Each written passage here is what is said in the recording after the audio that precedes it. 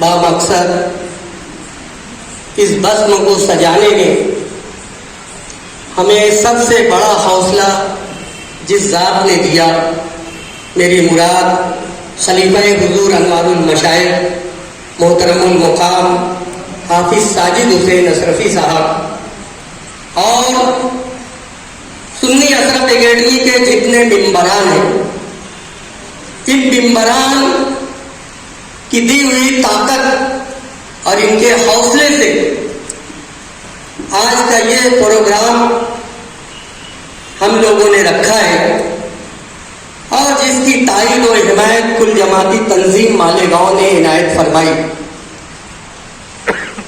मेरे मोहतरम दोस्तों, अजीज साथियों, मैं जहां तक समझता हूं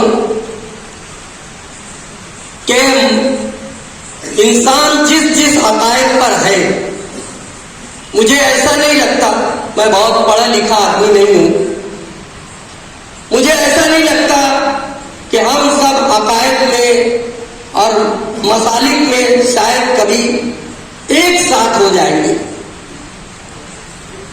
लेकिन जिस देश में हम रह रहे हैं, जिस मुल्क में हम रहे हैं, हमारे असलाफ ने, हमारे बुजुर्गों ने, हमारे उलमा ने, हमारी कौम की बेटियों ने बेशुमार कुर्बानियां दी है, लाखों की तादाद में हमारे उलमा शहीद हुए हैं। हम जब किसी से पूछते हैं कि हिंदुस्तान में मुसलमानों की तादाद क्या है, तो हमें बताया जाता है कि मुसलमानों की तादाद 25 से 30 करोड़ है।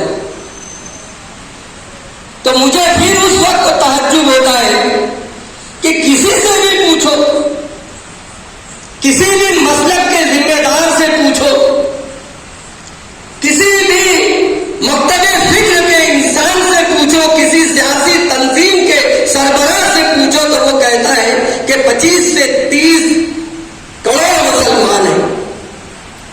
लेकिन जब हमारे आपस के मामलात होते हैं तो फिर क्यों हम लोग आपस में टुकड़ों में, खानों में बैठ जाते हैं। मैं जिस खानका से मुंसलिक हूं, अल्हम्दुलिल्लाह 800 साल पुरानी खानका है। उस खानका के एक बुजुर्ग शहीद राह मदीना मुसन्ना मियां के फर्जंद, उनके पास कुछ गैर मुस्लिम हजरात मिलने, उनसे उनकी खानका के छोचे मुकद्दसा पहुंचते हैं। लोग पूछते हैं कि हजरत ये तो भला भला लोग हैं, तो उन्होंने प्यारा जुमला कहा था कि भाई, बुजुर्गों की खानका तमामी इंसानों के लिए खुली होती है। इसी बात को लेकर हम लोगों ने इस वक्त जो हमारे हालात हैं हिंदुस्तान के, हमारे प्यारे भारत के, कि आज नफरत इस तरह बांटी जा रही है कि इंसानियत का बोलबाला खत्म हो रहा है।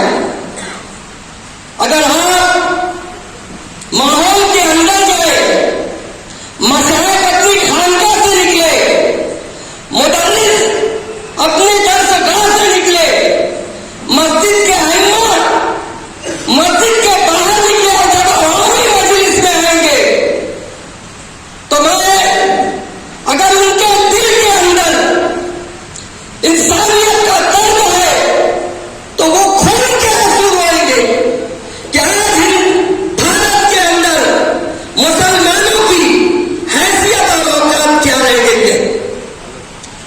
हमारे बच्चों को, हमारी कौम के जवानों को, हमारी कौम की बेटियों को हर महाज पर बेआबरू किया जा रहा है। हमारे बच्चों को किसी न किसी जुर्म में कोई भी इल्जाम लगाकर उसे फंसाने की कोशिश की जा रही है। वो ये नहीं देखते कि ये नौजवान तालिब इल्म सुन्नी है, देवबंदी है, अहले हदीस है, शिया है, राफी है, बाला है। वो ये नहीं देखता, बल्कि वो ये देखता है कि ये मुसलमान का बच्चा है।